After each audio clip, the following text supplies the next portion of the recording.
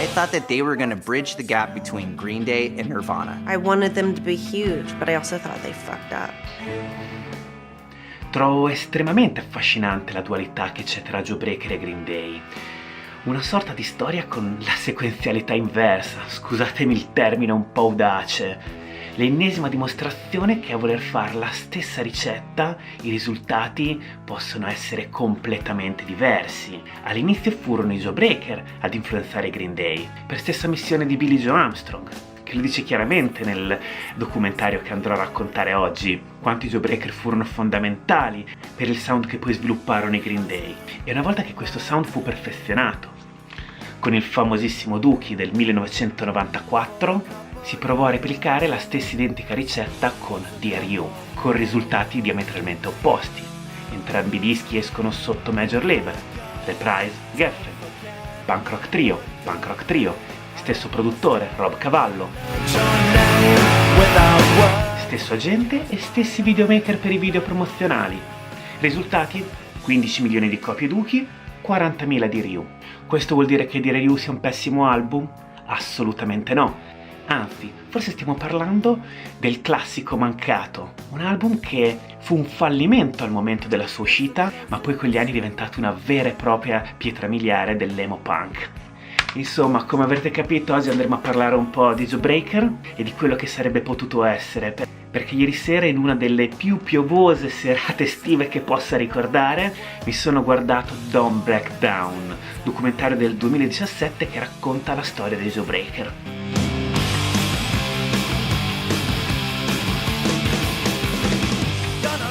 I can understand cult-like following for a band because for some reason Joe Breaker inspired that in me. It was my second tattoo. This band saved my life and it's who I am. Era da molto che ce l'avevo in programma e così, out of the blue, oggi vi racconto di questo documentario di 8 anni fa. Tra l'altro ti lascio qua sotto in descrizione il link per potertelo vedere. Non credo il link sia qualcosa di illegale su Internet Archive. Apri il link, spingi play, non ti devi registrare e ti consiglio caldamente la visione perché penso sia estremamente interessante.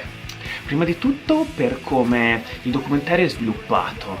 Viene leggermente prima dell'ultima ondata di documentari che c'è stata negli ultimi 10 anni, però la concezione è ancora precedente, anche perché le riprese sono per lo più state fatte tra il 2006 e il 2007, o meglio a 10 anni dallo scioglimento della band, quando ancora la reunion, che poi fu nel 2017, era ancora una lontana ipotesi. Proprio alla fine del documentario si vede la band che fa dei pezzi insieme, ma per vederli poi dal vivo ci sono voluti altri 10 anni.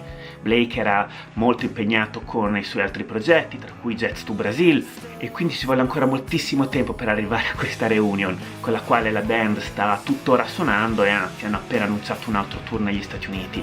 Quindi in questo documentario vediamo la band che si riunisce in studio. Yeah, easily. In the studio with me, Blake, Chris and Adam. Per riascoltare i loro master e ripercorrere tutta quanta la loro storia, dagli esordi fino a Dear You. Penso che i fan della band, o anche per chi li voglia conoscere meglio, possano trovare tantissimo in questo documentario. Si va a scavare veramente molto, si parla delle influenze che ci sono state nei suoni dell'album, ma anche un processo estremamente immersivo all'interno dei testi dei brani, alcuni dei quali vengono quasi spiegati tramite le immagini dell'epoca, in maniera didascalica ma anche estremamente esaustiva. E soprattutto c'è un focus particolare a partire dai tempi di 24 Hour Revenge Therapy, il momento in cui i Joe Breaker rischiarono forte di diventare un crack mondiale. Le premesse c'erano tutte: tour con Nirvana. I hear there's like some new band called Nirvana just starting up and they're like really big in Seattle and I have a feeling they're going to be huge. It looks good.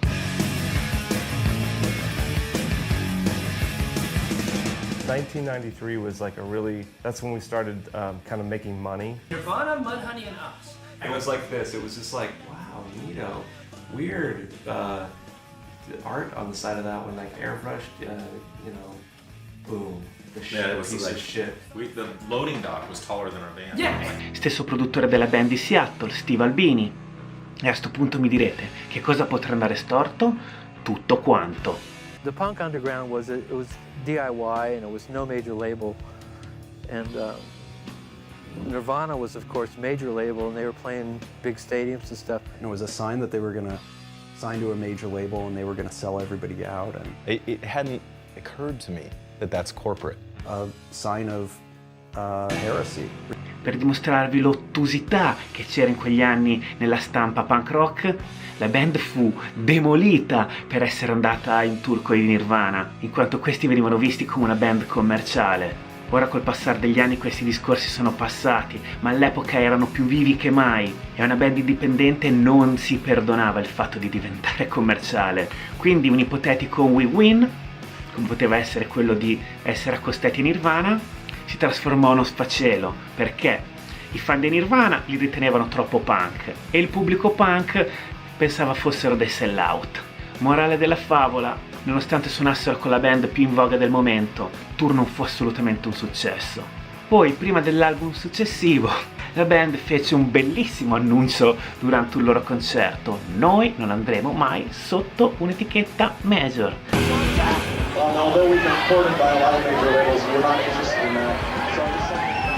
You don't say that, because you never know. E come dice Billie Joe in questo documentario, non dirlo, non sa mai quello che potrebbe succedere. E quindi, di lì a un mese, la band firmò per Geffen, che all'epoca era l'etichetta dei Guns N' Roses, mica cazzi, e questo fece veramente girare gli ingranaggi ai fan dell'epoca, che sì, già non accettavano il fatto che la band fosse andata sotto major, e in più che non fosse stata coerente alle loro stesse dichiarazioni, anche se nel documentario c'è un'intervista a Blake che lo dice chiaramente: siamo andati sotto major perché ci hanno dato letteralmente a shitload of money. Voi fareste lo stesso? Sì, non dite bugie. E qui parte la storia di Ryu, quella che vi ho raccontato all'inizio. Provarono a fare un copia e incolla del progetto Green Day con un risultato del tutto fallimentare, che portò la band allo scioglimento nel 1996, dopo quello che probabilmente è ritenuto come il loro album migliore. Lo dimostra il fatto che durante questa reunion è il più suonato all'interno delle loro setlist. Forse è arrivato troppo presto? Non lo so, però la storia di quest'album è estremamente affascinante appunto per questo. Ci sono voluti 10-15 anni perché l'album venisse metabolizzato. E qui mi rifaccio una mia vecchissima affermazione quando dico che le recensioni di un album vanno fatte a distanza di 15 anni. Questo permette di avere una visione più ampia. O meglio, van benissimo le recensioni fatte poco dopo l'uscita, ma poi andrebbe fatta una controrecensione a distanza di tempo, perché non puoi sapere qual è la legacy che lascia un album. E spesso si rischia di prendere dei granchi, e capita come in questo caso che un album che prima fu in qualche modo distrutto dalla critica poi venne incensato, e lo troviamo in tutte quante le classifiche dei migliori dischi emo degli anni 90, migliori dischi punk rock degli anni 90 e compagnia cantante, con un movimento che è partito proprio dal basso, band che facevano delle cover, versioni acustiche su YouTube di Accident Prone, Fireman, Save Your Generation, Jet Black, e pian piano ci si è accorti che l'album che tutti avevano snobbato è diventato un vero e proprio classico. E in questo documentario la storia è raccontata in maniera perfetta. Ci sono testimonianze illustri, vediamo Billie Joe Armstrong, Ben Weasel, il Regas degli Smoking Pops, Steve Albini, pace all'anima sua, Chris Sheffield dei Foo Fighters e tanti altri. E poi una cosa che mi è piaciuta particolarmente, il fatto che è stato girato a inizio anni 2000 e quindi ha quel che di vintage sia nelle riprese, tutte realizzate in analogico, però il tutto con un montaggio moderno, e questo fa sì che sia un prodotto veramente fighissimo.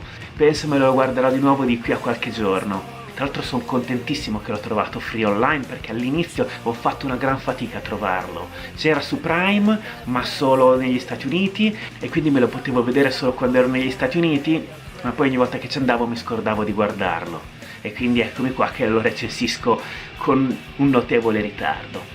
In caso lo guardiate fatemi sapere cosa ne pensate, perché sono molto curioso, e vorrei chiudere con una frase che viene detta all'interno del documentario, messa lì forse come una sorta di provocazione, che dice appunto: quando uno pensa al punk rock degli anni 90 gli vengono subito in mente i Green Day, ma la band che ha cambiato tutto sono stati i Jawbreaker.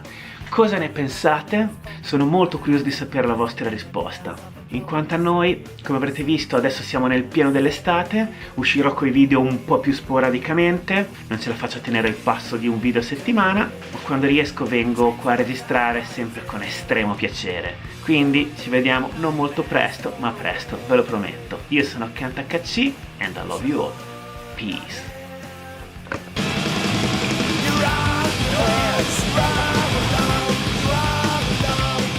This is coercion. What You're forcing us to do a Jawbreaker reunion.